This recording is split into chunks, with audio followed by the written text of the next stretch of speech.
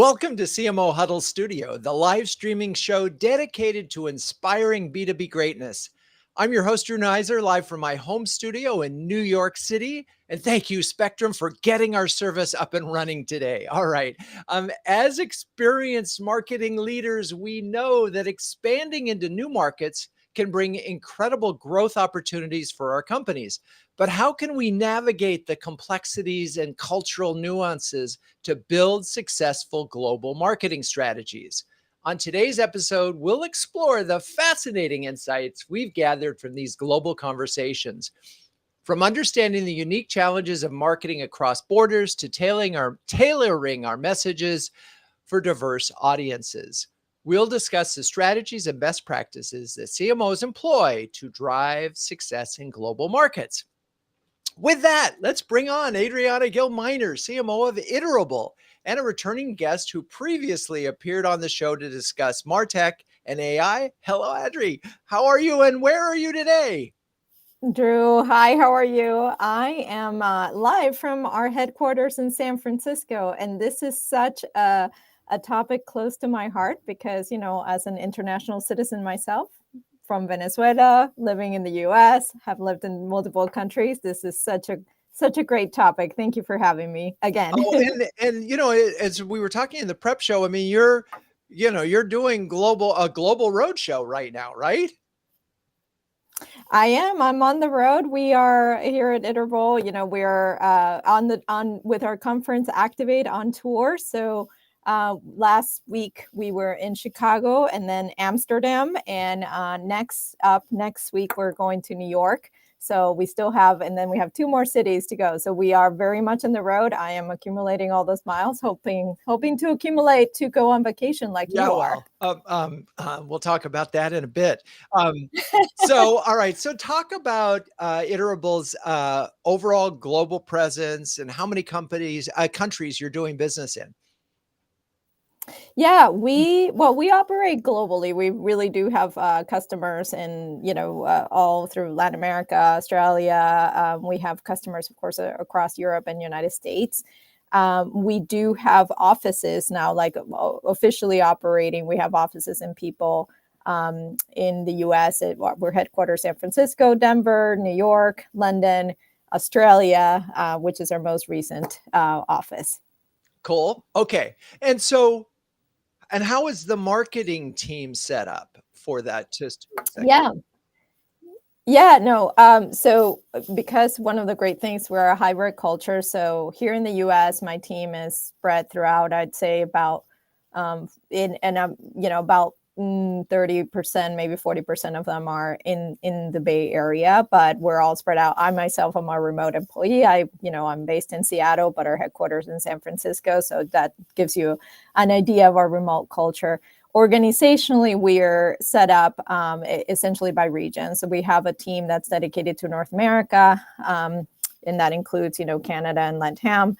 And then we have a team that's, we call it international marketing, even though it depends on where you're sitting, that's not international, which is basically outside of North America.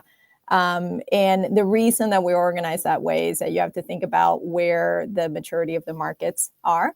So, obviously, we're a US-based company, so most of our revenue, most of our customers are in the US. So you want to have that. That is a much more mature market, from a brand awareness perspective. There's a lot more similarities when you think about, APAC, as well as EMEA and LATAM. And so grouping those under one team that can, work a little bit more independent, like think globally, but act locally. That's how we're structured. So as a US-based company, is it easier, for example, Australia, they speak English, and England, they speak English. And do you find that like those are sort of the next and easiest sells in terms of expanding the business? I mean, I haven't really thought about this in a while. So I'm really curious, how do you sort of expand if your team is here and everybody's sort of US based, you're kind of US English centric?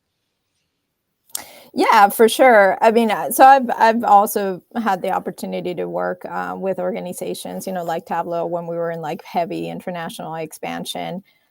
So typically, yes, you will see it, and it has to do, of course, with the language and also the, even from a product perspective, right? So when you start to do international expansion, it's natural to think about the next biggest market is, if you're in the US, right? Like UK, you want to go to Canada, you want to go to Australia. Very quickly, though, and I think people underestimate, you're like, oh, they speak English, it's the same, but very quickly, you have to start to think about, for example, local support, local customer references. Those are really important things. And so one of the core strategies that I would advise for any B2B SaaS company that's expanding is like, think about, don't go it alone. A lot of people, I think, put a bunch of salespeople first and like forget about the rest. Think about your marketing, and in particular, think about how can you build your community, because that is like your most, like, word of mouth and organic. That gives you the biggest presence of of helping you develop a territory. And so I like to, and actually, well, at Tableau, that was our strategy. You start with community building first, and then you get the salespeople, and then you build the local marketing arm. Yeah, I mean, every time I think of Tableau, I think of community-led marketing, and I mean, I Exactly. interviewed Alyssa Fink probably 7 years ago on that topic, and it was all that, and certainly, but as I'm thinking about this, I'm wondering, is there a transition, when you're doing well in a country when they no longer think of you as an American company? I mean, or is it just you're still an American company, but they're sort of adopted your product or service as their own?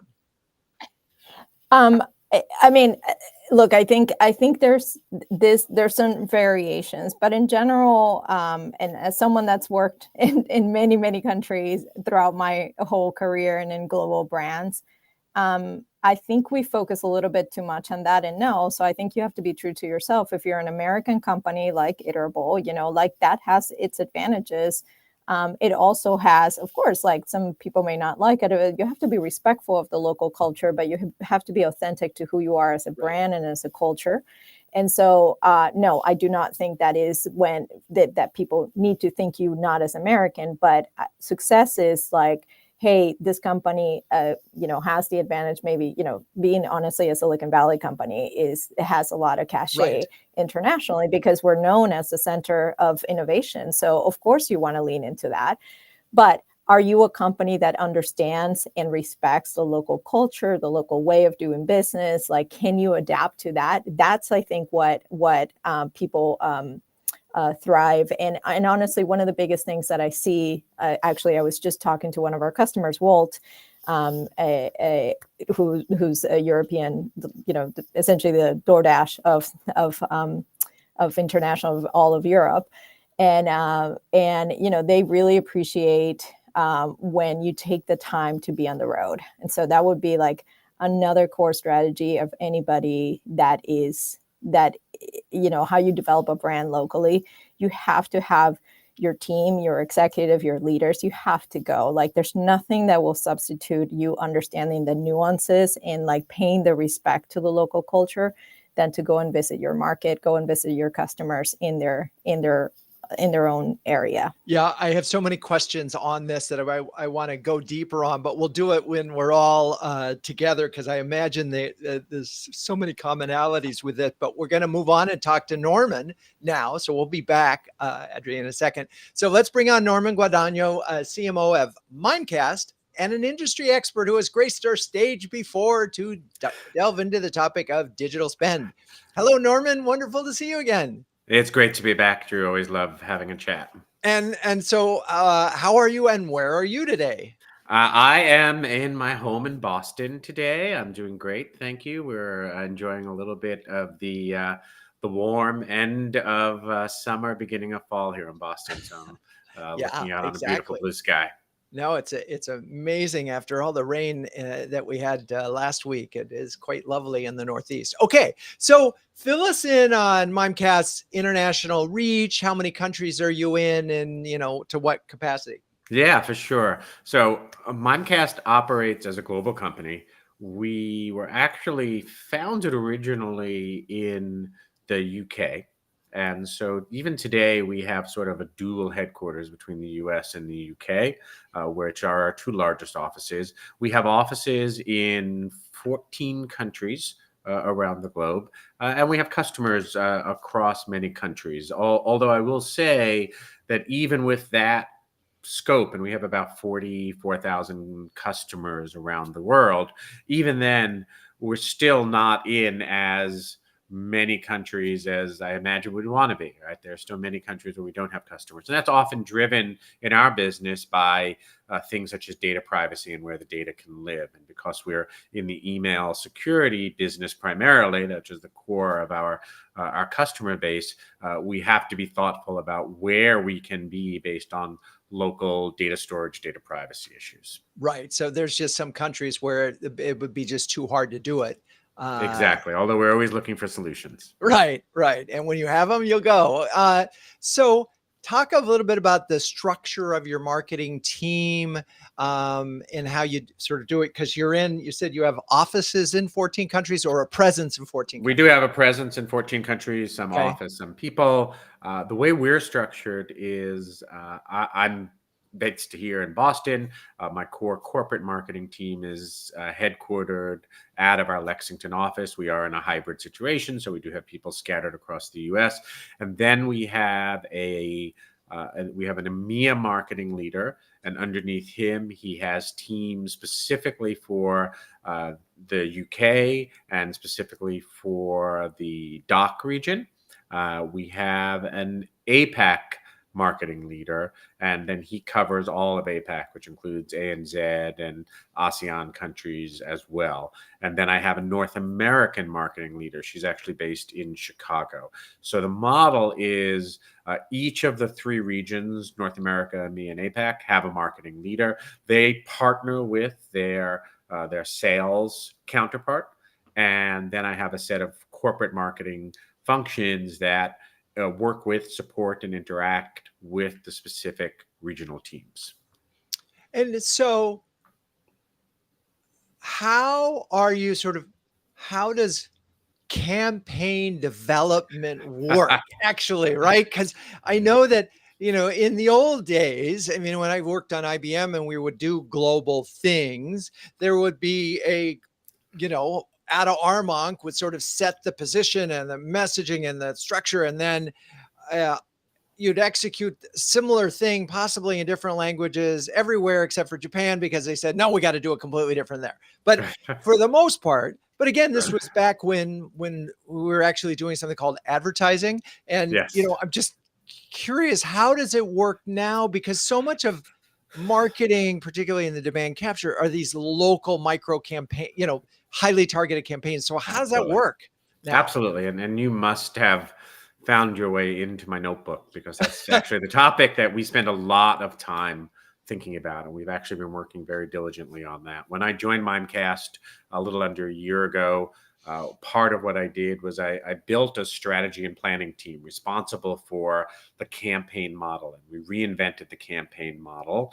And we did that with an eye towards being able to build core campaigns that then get executed appropriately within region. And we found after a number of months of doing that it still wasn't working quite right. And we just actually had my leadership team and I were together in London 4 weeks ago. And this was the topic of our discussion. That's why I said you've been reading my notes, was how to fine tune the model so that the regions can execute campaigns in a way that is both going to have impact and can work within their budgetary envelope. And we can create core assets and campaign themes that can be used on a more global basis. And it is an iterative and really difficult process. And I'll be frank that I think our teams in region do a great job executing marketing. And I think our teams in corporate do a great job creating marketing and assets and executing them. But tying it all together is one of the hardest problems we face as a team. And it's one that we have to work on constantly because of time zone differences, budgetary differences, language differences, cultural differences, resources available. Each of those things makes it that much harder to keep the model running smoothly. And if there's one thing that comes out of this for me, Drew, it's that this is not a set and forget model, right? You can't do good global marketing without a lot of hands-on capabilities and fine-tuning and review and communication. It's funny because at first I thought you were going to say you had 4 campaigns and the local markets could sort of pick the one that was appropriate for them. But and then as I was thinking that through, it also occurred to me, you could be in France and Germany, and in France, you might have a really strong share and a really good position and lots of core customers. And you could be in Germany and you could have really low share and no real high profile customers to lean on. And the business problem that you're solving may be completely different. Right. And you just again, the reality is we just, for example, just expanded into an official presence in France. We've been there with customers, but we hadn't had a full team. We just hired a country leader. We're investing heavily to have a presence there, and we're trying to build our presence overall, which is different than Germany, where we've had a presence for a number of years. So it's the business situation, it's the market landscape, it's the competitive situation. There are lots of regional competitors who are strong in different markets that we have to make sure that we're prepared to battle. There are also global competitors that we have to compete against. And then even the customers we serve, right? In the US and the UK, maybe Germany, enterprise is exceptionally large. But as you get to other countries, there's fewer and fewer of those truly exceptionally large enterprise. And there are lots more in that commercial and SMB space that become the primary focus, and you have to address them differently. So this is why I said it's actually maybe the most difficult thing we do in our marketing organization right now is figuring out how to balance all of these factors to land the right marketing in each country. Well, and doing it cost effectively. Well, we're going to have a great group discussion because we are going to try to get through some guiding principles, because the variables that you just outlined, it's this massive matrix. And by the time you do it, you say different country, different language, different proposition, different thing. It's almost a different brand going to market in everyone in the country. And that's when it really starts to fall apart. And so anyway, we're going to come back to that. All right. With that, we're going to move on to Janet Jaiswal, who is the marketing advisor and former VP of marketing at Cloudbeds. Hello, Janet. Hi, Drew. Hi, Adri. Hi, Norman. Great to see you. And so how are you and where are you today? Yeah, excited to join and share my knowledge. As a way of introduction, I'm in the San Francisco Bay Area, so where Adri is, but a little bit south. And I currently advise 2 companies in addition to recently leading the global marketing function at Cloudbeds, which is a vertical SaaS provider in the travel and hospitality space. And all of our employees are 100% remote. Which is amazing. And I always love it when you share some of the history and some of the success that you had at Cloudbeds. So we did see that on Cloudbeds' website that has a presence in over 40 countries. And that's a pretty big presence. Talk about the history of that over the last, your 2 years and what role you played in expanding globally. Sure. Yeah. So Cloudbeds has customers in more than 150 countries. As I mentioned, we're 100% remote, so that allowed us to disperse our workforce across a lot of different places. So we have employees in more than 40 countries that speak more than 30 languages. And the majority of our revenue comes from non-US countries. And so I built the marketing function that was initially very reactive. Now it's proactive, and it's a true partner to sales and customer success. And so the way I did it is I formed centers of excellence around each focus area, including product marketing and market intelligence/research. The marketing department supports a sales team that's more than 150 strong, and a customer support and success team that's even larger. So we targeted the SMB and mid-market, and fast forwarding today, the marketing function is a well-oiled machine that's sourcing more than 60% of our revenue and a share of voice that globally is more than 30%. Certainly we measured share of voice in strategic countries as well, but we wanted to make sure that we had awareness in our, with our ICP. And I just want to put a sort of big punctuation point. You didn't hear Janet wrong. She said marketing is responsible for 60% of revenue. Now, I just want to put a big, the reason why I would call that attention is often when we talk about marketing source numbers, we're talking about, say, leads, or we're talking about opportunities. This is revenue, which is amazing. And so, and it would make sense in this when you're targeting small businesses. In many ways, marketing is you're not only attracting people, but you're doing most of the work to close them, because you can't afford necessarily, the value per customer might not be there to have a long sales cycle. So marketing has to play a profound role. Is that fair? Yeah, that's fair. It was all sales-led growth. Our salespeople were involved, but absolutely, when you're targeting smaller customers, it's a lot more marketing driven than enterprise, for example. Right.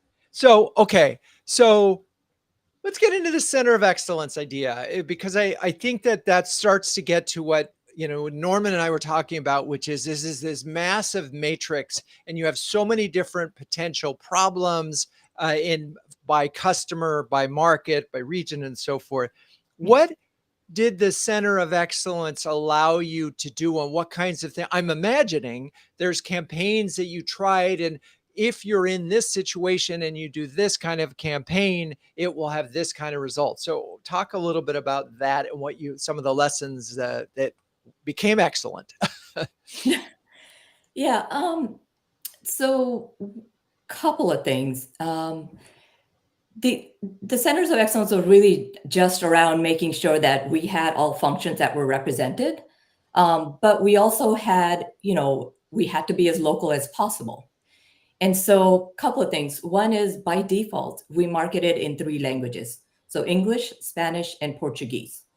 That covered the majority of the staff that's in the lodging industry. Of course, our sales team spoke many more languages, but that required the entire team to come together because everything was in 3 languages, right? The website, emails, demos, trade show booths, the content, even our pricing. Our pricing was in a lot more than 3 languages, but we had to localize pricing for every single country. And so translations and localization was mostly done through employees for short form content. Certainly we had to have a translation partner for long form content. Right. We were definitely more, so our default language was English, which means everybody we hired had to speak English. Many spoke many more languages, and that was amazing because that allowed us to do a lot of that localization. And because they were located in a lot of different countries, it made it a little bit easier to have a more localized presence. And so that definitely helped. But we still did the majority of the work out of, I guess, the global team, if you will. So the majority of the people were focused on not a specific country, but doing everything in out of a centralized area, if you will. Right. Some activities are certainly locally managed, such as trade shows, small group events, association PR, and things like that. But the majority was done in English, and then we would always roll out everything in those 3 languages. English would always go first, but more often than not, we launched all 3 languages in multiple countries all at the same time.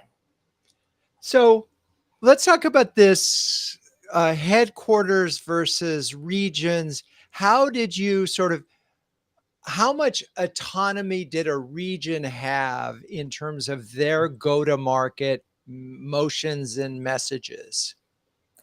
Yeah, so we were a little bit lucky in that we were able to lean on our partners in sales and CS to do a lot more of that localization. And so they were kind of our eyes and ears because they were in country. We as a team toyed with the idea of having local people. And more often than not, we got lucky because we happen to have an employee that was, I don't know, in Canada or in Brazil or in Spain or in Thailand. So, but that was more by a happy accident because we're remote. That's happened to be where I found the talent. So we relied very heavily on our sales folks and our CS folks to sometimes be the not just the eyes and ears, but sometimes have a local presence.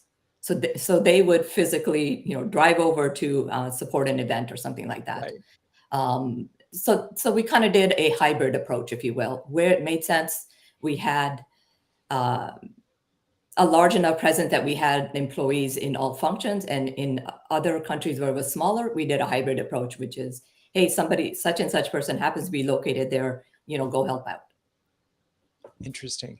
We have a comment from one of our listeners that watching the show live on LinkedIn. They say, in a prior role, my team shifted to using AI for most translation work. It worked well for the majority of the languages with some minimal oversight, of course. Saved us a ton of money and dollars. Because you did mention that you were working with a translation partner. I'm curious, in the last few months, did you see that AI could be reliable? Yeah, we are quickly moving to AI-based translation software, but only for the first round, right? Nothing, and I'm going to emphasize, nothing goes out without a human being looking at it. Yeah.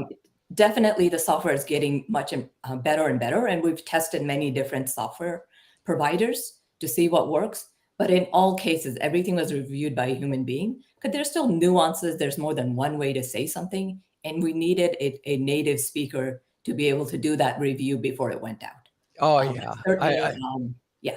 Yeah, it's funny. I consulted with a global translation company, and they were working with AI. But there's so many nuances in language. If you just think about homonyms in English, through any number of words that sound the same but are different, have completely different meanings, or even spelled the same but have different meanings in the context. That if you don't have human oversight, but it does speak to the fact, the importance of. There is a recognition, I think we'll talk about this with the group, that if you can do business in language, particularly customer service in language, that's a huge up, a good thing for the company. Oh, and that was Ellie Amhadi. Thanks, Ellie.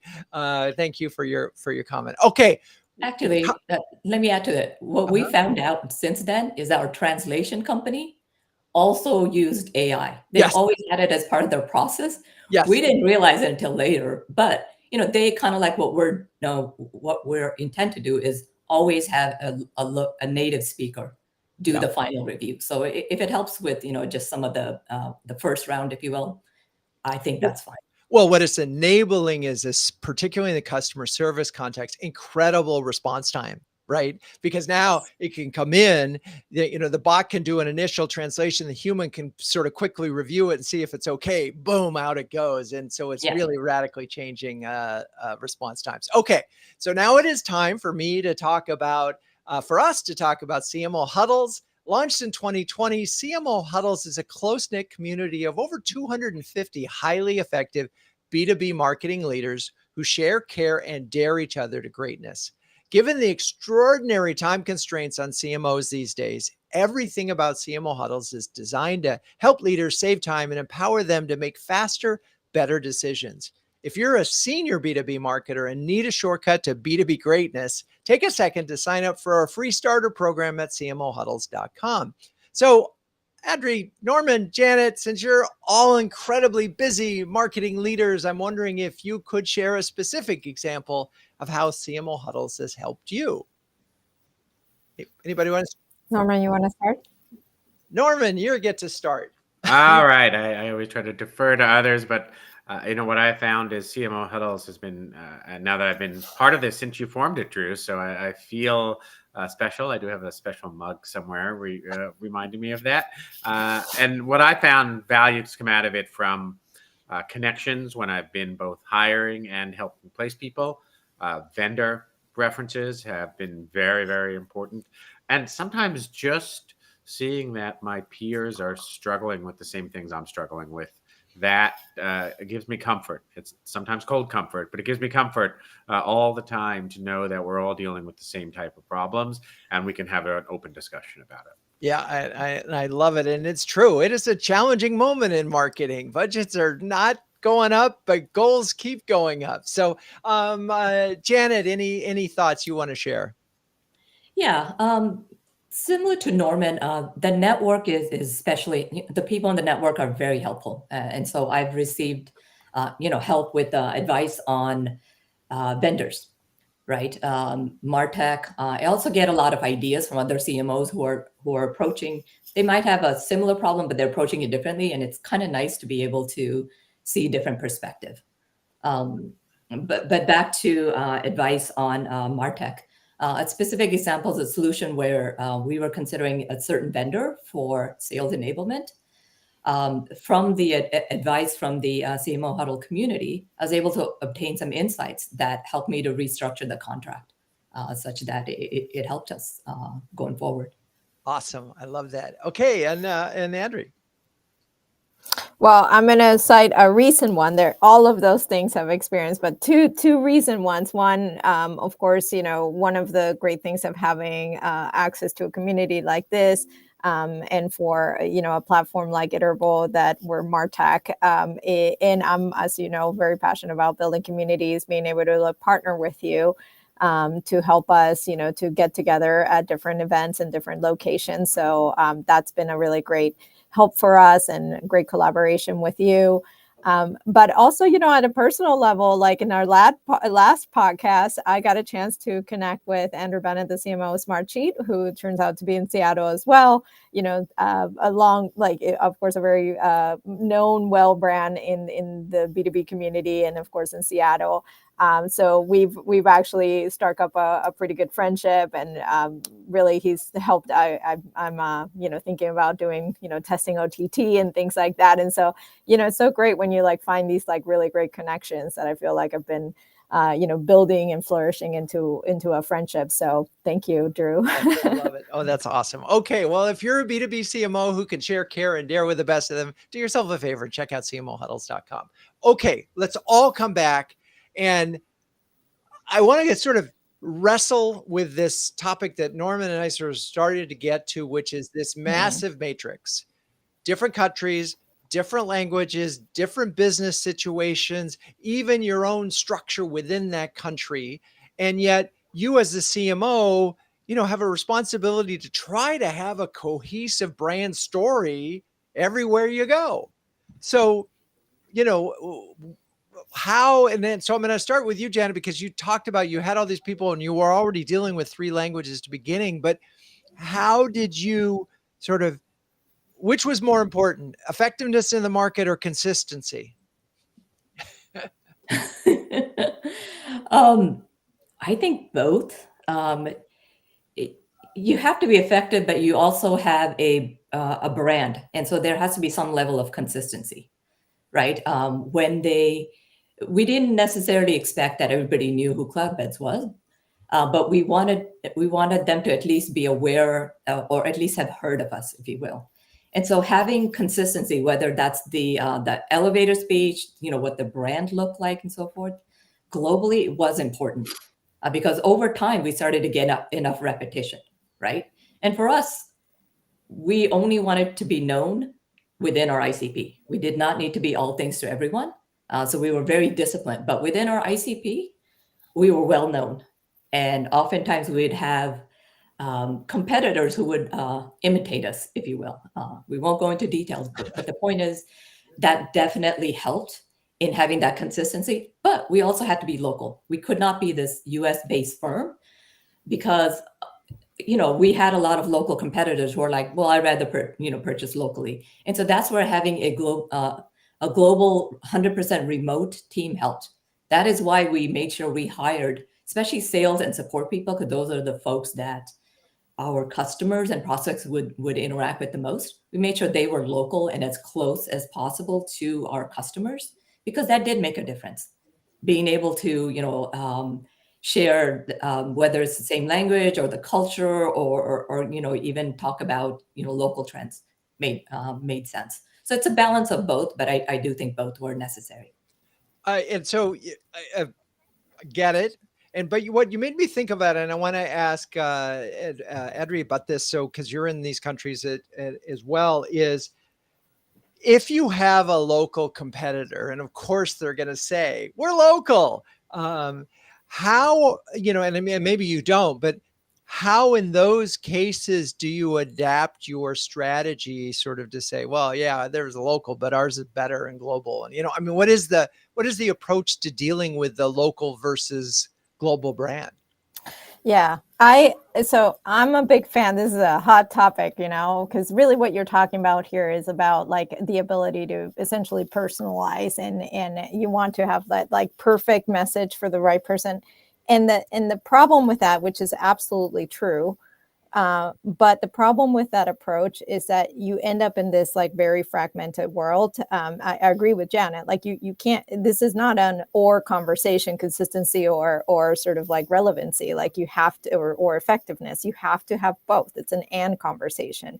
And to me, the way that you do that is that you need to focus on the commonalities. So like your brand story, your positioning general in the market, and at that sort of like level, that has to be consistent. And the way to do that, by the way, is you have to have a really, really simplistic and easy to understand and to internalize brand, not just like I'm talking about like colors and stuff, but brand narrative. What is your story? What is your personality? Like the way, like your tone, like I'm a big fan when it comes to like, brand exercising to like really think about a celebrity, not a car and stuff, but like a celebrity. Like, what's your personality? What do you sound like? What do you like, and you want to invest in your team and your partners, if you work with agencies, for example, into really internalizing that brand narrative. And I say that because then you have to give the freedom and the trust for the local teams to execute locally now, because then the question is like, okay, if I'm in Germany, yeah, you're going to have probably different competitors, and by the way, you were talking about languages, but you have to think if you're a company, like ours, that we have different segments, SMB, mid-market, enterprise, and then you have different verticals. And by the way, then you have different personas, and then you have different language. That matrix is, I don't know, like 5-dimensional, 7 dimensions that you have to kind of like check. Like that's impossible to manage. So really that's why I'm saying like you have to kind of like divide and think about sort of like, traditional old school, like above the line. What needs consistency? It's the above the line positioning and brand narrative. What needs adaptation and freedom is, for example, how you're going to compare. So if you're in Berlin and you're going to have like one particular, that person, whether it's a marketer or it's a salesperson, that person has to have the general framework, but they have to have the freedom to be able to adapt to that particular case and saying, hey, here's how my brand, my positioning, my competitive advantage adapts to this particular case. If you don't empower the individuals, and I literally mean the individuals, again, your sales team, because in B2B, a lot of marketing is enabling our sales team, your sales team, or your marketers to be able to adapt to the specific case, then you are not going to achieve that relevancy. But if you're not disciplined, like Janet was saying, and drive the rigor at the brand level, at the brand narrative level, then you're not going to achieve that consistency and that brand building, which is so important where you're an emerging brand like us, you have to drive that consistency. So to me, it's like you have to operate at those 2 levels. Otherwise, it just doesn't work. You cannot scale to different places. Well, yeah, and you also have the risk of just that you dilute because you have a million stories versus one big one. So, okay, so what I've heard so far from Janet and Audrey is that we have a big brand idea and a big brand, a voice and a narrative that we're speaking with, that we're just going to hope carries the way day on an international level. I'm not going to say like we hope, no, you have to be disciplined. There are tools like, for example, what I do here in Iterable is that there is an internal certification program for the brand narrative. When I like my first project here was to, I didn't change. I thought it was great from a visual standpoint, but I did feel like there was lack of consistency as I talked to different stakeholders, that lack of consistency of how we talked, how we position, what's our, And so the big project here was like, hey, let's build this narrative, which, by the way, you have to take time. It's not like, oh, let me just get a consultant and do it. Right. You really have to like emerge it from like uncover it from the reality of it. And I spend most of the time, and this is not the first time that I do this in terms of a brand narrative, with internal training. And everybody has to be certified, every single employee, not just like salespeople. It's like HR people, our recruiters. It's of course all of our leaders. It's like everybody, our engineers, our product, everybody needs to be certified in the brand narrative to know. And my point is like everybody at some point you're going to have to pitch the company. And so I want that consistency. And so you drive rigor internally to achieve that. And you don't just hope it happens. You definitely have to put the processes for it to happen. And by the way, I really thank you for that. And I didn't mean hope that in the sense of getting consistency, because you're right that by getting everybody certified, and boy, if you're listening, that's a big idea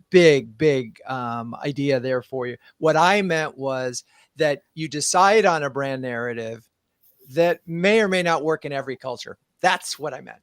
Mm-hmm. That's the hard part. And I think that. So Norman, jump in here. Yeah, no, Drew, I think this is a great discussion. And I think we're all, certainly as marketers, we appreciate the power of a brand narrative. We appreciate consistency. But earlier on, I think when you were speaking with Janet, we talked a little bit about autonomy. Mm-hmm. And one of the things that you have to balance is where a new country or region is in its evolution and how much autonomy they need at that moment.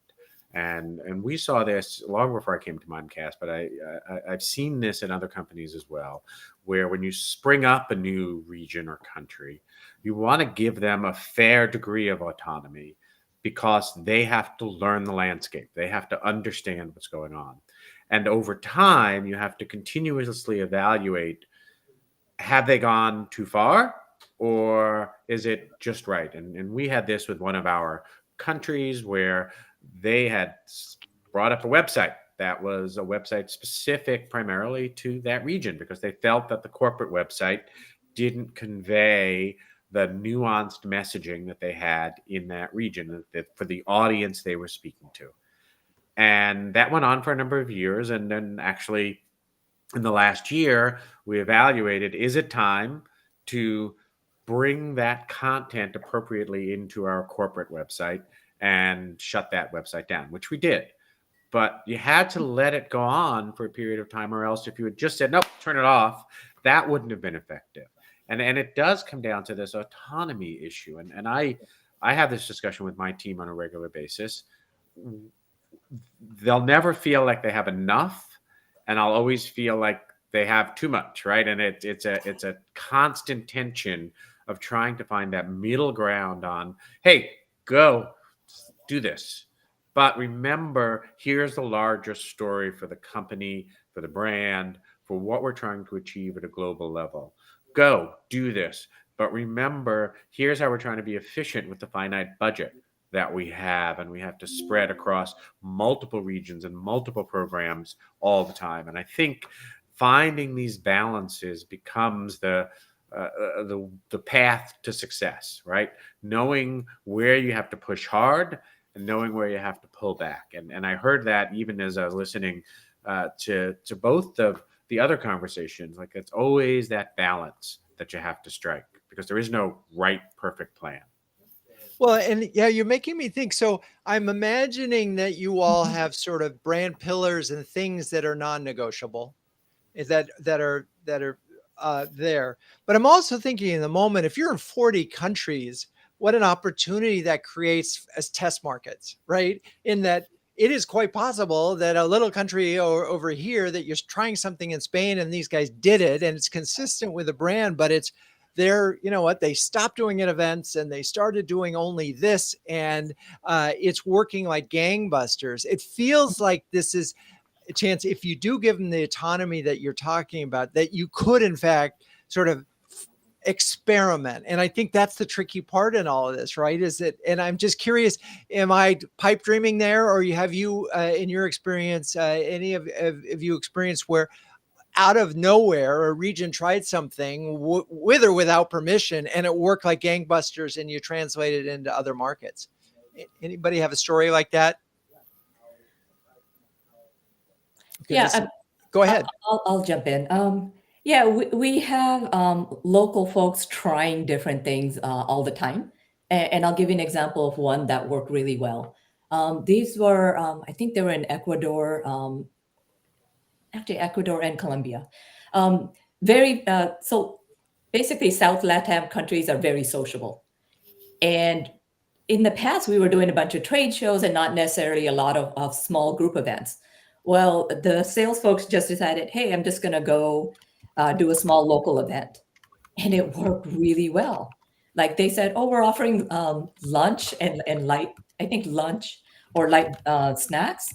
And a ton of people showed up. And we're like, oh my God, okay, we're getting a huge amount of response. So then we started expanding that to other South LATAM countries, because they all value a one-to-one personal touch, whereas in Europe and in the U.S. We couldn't get such high turnout rates. Right, we would have maybe 50 people that would RSVP, and if you're lucky, you get half of them to show up.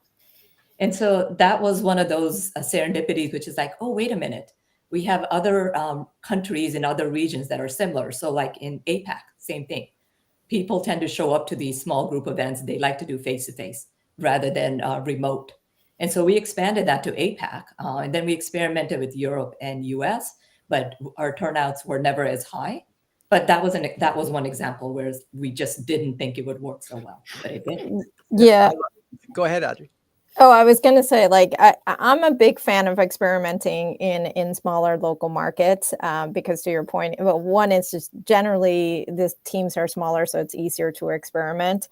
And again, both at Tableau and here, I definitely, and it's empowering. Like what Norman was saying is so true. Like this is not what there's problems to solve and then there's problems to manage. The whole thing about like global versus local, it's a problem to manage. It's like never goes away. So no one's totally, I'm like, yeah. And, if you talk to the marketers in like that are not in headquarters that, for US based, I mean, it's a constant like pull of them. And one of the most empowering things that you can do for your teams, for your global teams, is to give them a little bit of autonomy, right, with the right guidelines and all that stuff and the right support. And then take an idea that they've had. And I mean, Janet, like you were saying, like bring it. I've had so many like event formats come out of EMEA, come out of LATAM, because, most of the time they have smaller budgets, smaller teams. They have to go scrappy. They have to like come up with it. And some of the best format ideas, honestly, came from them. And then when you make it globally, that is such a rewarding experience for the marketer. So you kind of have to think about like the multiplying effect, not just from marketing, but also for how you're forming those people, So I would put that recently, actually very real. This was very real. When we came out of the pandemic, of course, EMEA was out of, came back socially way before the United States. And I'm sure you all experienced the same thing. There was a lot of nervousness, like, are people going to show up to events again? How are we going to do events? There were so many questions, right? And so our first in-person events after post-pandemic started in EMEA. It started in London. And we tested out a lot. And I mean, honestly, after like 2+ years of not doing it, also there was like, it was just really awkward. So it was, I think that was like a real thing to like, for us to come back to figure out like, going from completely digital to like back and like rebalancing the portfolio. We started working all that out first with our EMEA team and then brought it to United States. Even sort of like the evolution to our ABM strategy. That was another thing that, again, because they have a smaller target list and, like ICP and all that stuff, it's just easier to kind of like work this out in a smaller environment, test it out and then bring it out. So those are some of the recent things that I've done with that experimentation mentality you were mentioning. Yeah, and that's a great point you mentioned there, just because great ideas can come from anywhere, and we should celebrate that. Even when you look at things like ABM, for example, right? We've seen different pockets of testing. We found we actually have to use different data providers in different countries, right? So you can't even get the same tool in one country that you have in another country that's going to give you the right data. And you have to be able to get to that level of granularity to figure out, hey, this isn't a global solution just because they say they're the best provider of data about your ICP. You may need a different one in EMEA. You may need a different one in APAC. Right? So even as we've started to standardize and try to get more global consistency, we found there are pockets where we can't do that. When I arrived at Mimecast, we had, at that time, I think 10 different PR agencies around the globe. Now we have one. But that was a necessary evolution for you spring up in a country, you need a local partner, you want to be fast and scrappy. You reach a point of growth where it's like, oh, okay, this isn't efficient. We're spending half of our time just managing the 10 agencies. Maybe if we move to a global model, we'll then have more time to do the work that we want to do. Was it easy? No. But it was a necessary part of the evolution to get us better prepared for the growth we see in the future. That's also one of those things that is underlying this whole conversation. Today, you're in X countries. You want to be in X times 2 in 5 years. How are you preparing your organization for that without sacrificing the ability to execute today? And that's part of what you have to take into consideration. I think that's a burden on us as the marketing leaders to not only be building for what we want to do this fiscal year, but for building what we want to do out 2 and 3 fiscal years in the future and being set up for that success as well. I love it. I love it. And there's several things I'm just going to encapsulate that I heard that I want to emphasize. One, this is a problem to manage, not to solve. That is just brilliant. And thank you for sharing that. 2, there's a certain amount of humility that you're hearing here today that you don't always hear in these conversations. And part of it is 30 years ago, that wouldn't have happened. The CMO from the US would have said, I got the idea. I'm exporting it globally. And it could have been, if it was a Japanese company, they do exactly the same thing. There's that. The notion that whatever works here is going to work globally may or may not is just it. So there's a humility that goes into programs like this. There is a desire for economies of scale to the extent that you can and to the extent that it works. So if I were to ask Ben Franklin what he might say in this is probably the most important thing for CMOs at this moment is resolve to perform what you ought, perform without fail what you resolve, which means we're going to make some commitments and we're going to follow through on them. All right. Well, this is a subject we need another hour for because there's so many things happening in areas like, the Spotify announcement that they're going to release podcasts in all these languages. What could be cooler than that? And for anybody who has podcasts in the market, it's exciting. Anyway, we need to get to your final words of wisdom for other CMOs when it comes to global marketing muscle, building global marketing muscle. All right. So let's start with, we'll start with Janice. What's your final words of wisdom?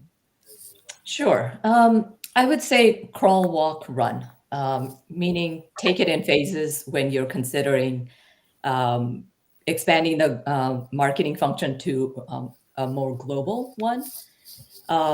Meaning you don't have to be perfect and you don't have to have everything that's localized. I'll give you an example, website. You don't have to have the entire website translated into whatever language, is next. You can do just the key pages. Same thing with like social media. Don't go open up a new Twitter or LinkedIn account unless you can support it. And if you can't support it, stick with one language. But main point is you don't need to get there overnight. Right. And then it doesn't have to go perfect right away. Yeah. You do it in phases. And then final word of wisdom, at least that we learned, is just be careful with AI. It can do a great job of translating. It'll get you 90% of the way there, but you have to have a native speaker review it before it goes out the door. Because oftentimes locals can smell when something's not authentic, and they'll often penalize you for getting it wrong than if you had just stayed with English, for example. So just tread lightly. Right. I know the tool gets better, but it's not 100%. Do it well. Got it. Okay. Let's see, Adriana, what's your final word of wisdom? I would say focus on the commonalities. We're like 90% the same, and then there's like 10% of adaptation and variation. So, and I think when we work with different cultures and we tend to get really stressed about how different we are, but we're still talking to humans that are looking for solutions, that are looking to solve a problem, and so there's a lot more in common than you think. So focus on the commonalities as you go and grow into, and then start to think about, okay, how do I adapt that next 10, 20% that is different in that market. Yeah, I love that, just because it helps simplify your thinking. Because if you're thinking I've got to do it, it's 90% uncommon, and you're into a matrix that is beyond control. Okay, Norman, final words of wisdom. Final words of wisdom. You have to listen carefully. You really have to listen carefully to all of the countries, the people, and that includes your corporate team. And you don't have to agree with everything you hear.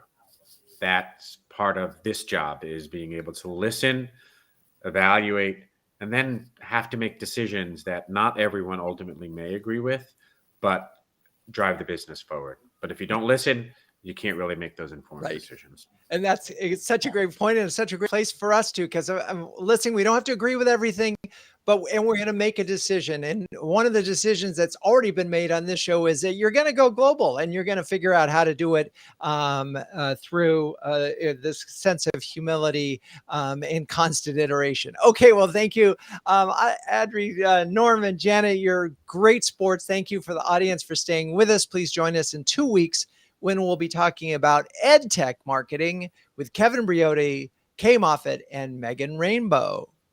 Cue the music.